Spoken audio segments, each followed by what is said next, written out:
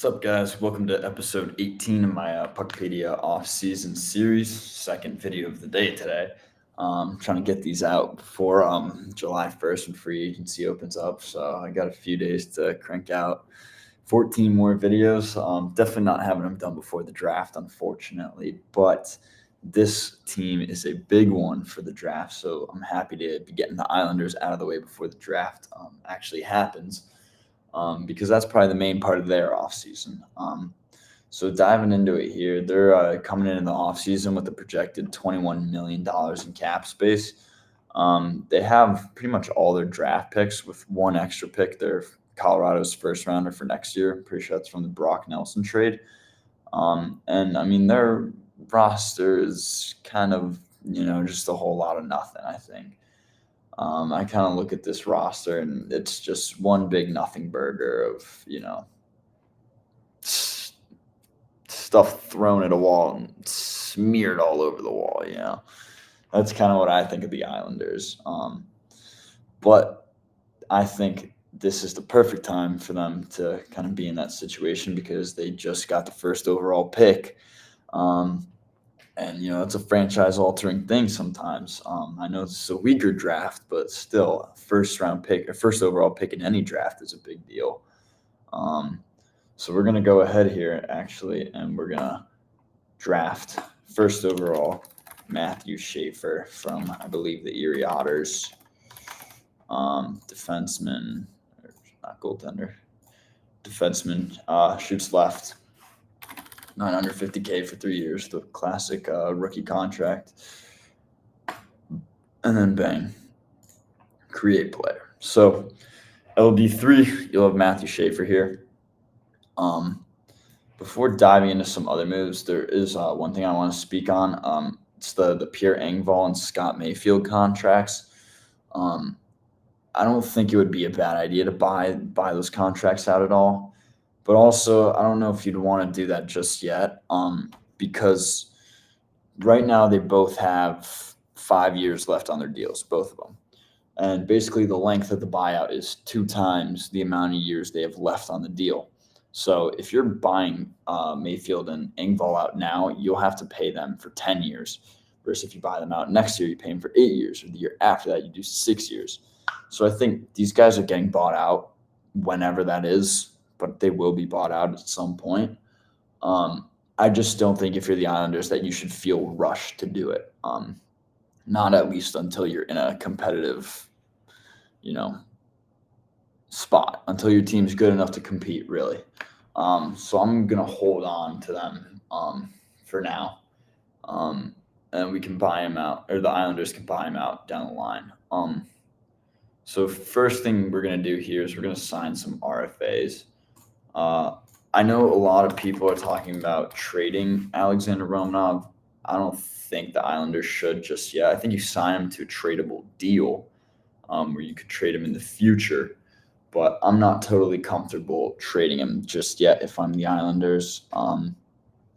Maybe you can once Schaefer, really finds his game, because no one really knows how long that'll take, right? I'm assuming he'll he'll at least, get a shot at the NHL for the first few games of the season, and then they can kind of gauge from there if he's going to get sent down or not. But another RFA I'm going to bring back is Simon Holmstrom. I'm going to do $4 million for 3 years. And then we'll do Maxim Siplikov as well, $3 million for 3 years. And I'm not going to sign Noah Dobson. Why am I not going to sign him? Well, because I kind of plan on trading him here. So we're going to go, trades. The team I'm going to trade him to is the Utah Mammoth. I think trading him to the Mammoth for the 4th overall pick at the draft is a very, very realistic possibility. So I'm going to trade him for the 4th overall pick. And I think the Islanders would have to give up probably a little bit more than Dobson for that 4th overall pick. But you can also get a little bit more in return, I think. So I'm going to give Jack McBain to the Islanders in this deal as well. after making the move for Peterka last night, and then extending him for 5 years, I think the Utah Mammoth are clearly going in a direction to be a playoff team as quick as possible. I think they're probably gunning for this year. And I think they do have the team to do it. And I think trading for Dobson would help them a lot, because I think the one thing they're really missing, other than a bona fide number one goalie, is a bona fide number one right D man. And Dobson kind of fills that need perfectly. And this trade also helps the Islanders perfectly because, like I said, I think they should be jumpstarting a rebuild right now. So I'm going to go ahead. And at number 4, the New York Islanders will draft James Higgins, center, out of BC. 3 years, RFA, bang. So you get 2 picks within the top 5, which is pretty crazy. And you're going to draft Higgins and Schaefer. So you have a center and a defenseman of the future, pretty much. They'll both be your 1C and your 1D in the future, which is perfect. We're going to go ahead. We're going to throw Engvall here in the press box, as well as Mayfield. We can let Boquist play, I guess. Callum Ritchie, I'll throw him up on the right wing, make a little young line here. Now, why do I have Pajot and Palmieri not really in the lineup? I have trades in mind for both of them. I think these are perfect guys to move if you're the Islanders, and I think you want to acquire either draft picks or younger pieces. They don't have to be NHL ready, but they totally can be. So I'm going to go ahead and I'm going to make the first trade with the Toronto Maple Leafs. We're going to send them Pajot because the Maple Leafs could really use a 3C. This is more likely to happen if they trade Max Domi. If they don't trade Max Domi, they don't go for Pajot. But if they do trade Max Domi, I could see them going for Pajot. We'll take their 2027 second for Pajot. That's it, straight up. And then the next trade, Kyle Palmieri. The Blue Jackets are a team that have a surplus of left wingers, such as Yegor Chinnikov, but they really need a right winger. Now, Palmieri for Chinnikov 1-for-1, I think would be a little bit unfair. So what we're going to do here is we're going to send them our backup goalie, or their new backup goalie, Semyon Varlamov. I think he could help out a lot with the goaltending in Columbus. They just traded Daniil Tarasov to the Panthers this morning. So getting a backup goalie in Varlamov helps them fill a need. And we can also send them, like a later round pick, like a 4th. And then, just to maybe even it out, we can take a later round pick from them as well, like a 5th. So we'll go ahead and submit that trade. Islanders get a little bit younger. They get a guy who, you could put higher in your lineup, even though he's maybe not a second-line caliber player. On the Islanders, it doesn't really matter because you're probably going to be bad anyways. But that's a good move for the Islanders if they can pull that off. People think that's fair. And then bang. So your team's looking pretty young here now. Now with Chinnikov, your core is probably going to look like in the future something along the lines of like Chinnikov, Sipakov, obviously Higgins and Schaefer. Romanov's only 25. Ritchie, you got a lot of young pieces here. And I kind of want to keep adding to that to fill this RD2 hole. So I'm going to go ahead. I'm going to sign a pretty young UFA, relatively young UFA, Henry Jokiharju. However you spell, there you go.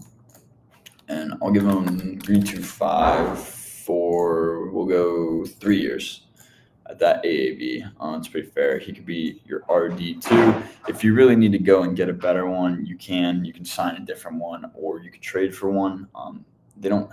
They have a few trade chips, which is good because I think the Islanders should be making moves at like the deadline. I don't see this team being very good, so hopefully by the deadline they sell, and maybe some guys pick their game up like Pelech, Pulock, and Duclair and Lee, and you can trade them at the deadline. And then obviously you have Barzal and Horvat as well, who probably aren't a part of the long-term plan, so you could trade them at any point too.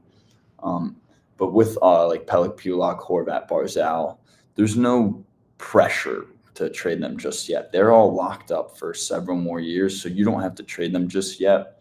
You can kind of wait for the right thing to really be on the trade market before making a move, and bring in someone or something that helps the organization's window. Because right now I think you rebuild, you get young, and then you start building from the ground up. And having the first overall pick is a great start for that. And you have the resources to trade for the 4th overall pick as well. And you're lucky that Utah is a team that could move that 4th overall pick because of the direction they're going in. So that would be a pretty huge addition here for the Islanders. One last move I'm going to make here to kind of round out this bottom 6 is we could put Pierre Engvall here. Actually, I will do that. I'm going to throw Boquist back in the press box. And then there's still one more roster spot. I think a perfect thing to do here is to, just take on a bad contract. $12 million in cap space at the moment. So I'm going to go to the Dallas Stars here, and we're just going to help them out. We're going to take Ilya Lyubushkin off their hands for a draft pick. That's as simple as that. Lyubushkin and a 3rd for future considerations, and then bang, gives you a guy. Doesn't matter if he plays or not. Doesn't matter. All he wants is that draft pick. That's it. So you help them clear some cap, and you get a 3rd round pick in return, which you never know what that'll turn into, right? So looking at this roster now, Barzal, Lee, and Horvat, all tradable. Holmstrom, Siplikov, Chinnikov, Higgins, Ritchie. These are all pieces of the future. And then Engvall, Mayfield, probably future buyouts. Duclair, if he plays better and you can trade him. Retain if needed, obviously, because you have the cap space to do that. And then Cizikas and Lee, I think you kind of just let them play out the end of their contracts. And then you can either re-sign them for 1 year if, having that veteran leadership around to help the youth is valuable to them. Or you can just trade them at the deadline. I bet Lee will be a pretty big trade chip at the deadline, probably be one of the bigger names on the trade board. So we'll see what happens with that. Looking at the defense now, same with Pelech and Pulock. Pretty much trade them whatever. They're locked up for a few more years, but obviously they're on the wrong side of 30 now, so they can experience some decline. So if you do trade them, you'd want to maybe do it a little bit sooner than later. I'm not saying it has to be the deadline. Could be this offseason, could be next offseason, could be the deadline after next offseason. But just make sure you trade them before they really fall off. Make sure you can get value out of them because these guys they're too old to really fit the window for the Islanders now. And then Yoki Haru, Romanov, and Schaefer. I think those could all be guys that could be around for a while. Obviously, Schaefer's super young. He's only 18, so that's the future right there. And then Romanov's 25 and Yoki Haru's 26. So these are all guys who I could see sticking around for a little bit. I know there's been a little bit of trade chatter around Sorokin. I don't really know what you want to do there for the Islanders. I'd say keep him personally for now. You just locked him up to last offseason, so there's no need to really go out and trade him. But if you do feel like you could get a big return for him, which you definitely could in this market, because I think there's a lot of teams in need of a goalie, you can definitely go ahead and trade him. But personally, I'd keep him just because goalies of that caliber do not come around very often. So that's probably going to do it for this roster here today. There's a few RFAs that you could sign as well, just to fill in spots. Actually, I'm going to sign Jack McBain here because what's the point in trading for him if I'm not going to sign him, right? We'll go $3 million for 3 years. And then, he can definitely take over Duclair's spot here and then bang, and then add another guy to the press box, I guess. Or we'll put him down because we're out of roster spots now. Perfect. 23 out of 23 now. He's in the minors. So that's going to do it. I appreciate you guys tuning in and watching this video. Let me know your thoughts on this roster and these moves, if you think they're fair or not. I'm going to link the roster directly below in the description. That can take you directly to the Puckpedia roster. And you can leave a comment there or just leave a comment directly here on YouTube. And let me know your guys' thoughts because I do like to hear what people think of these rosters and if you think they're fair or accurate or not. So I appreciate you tuning in, and I will catch you in the next one.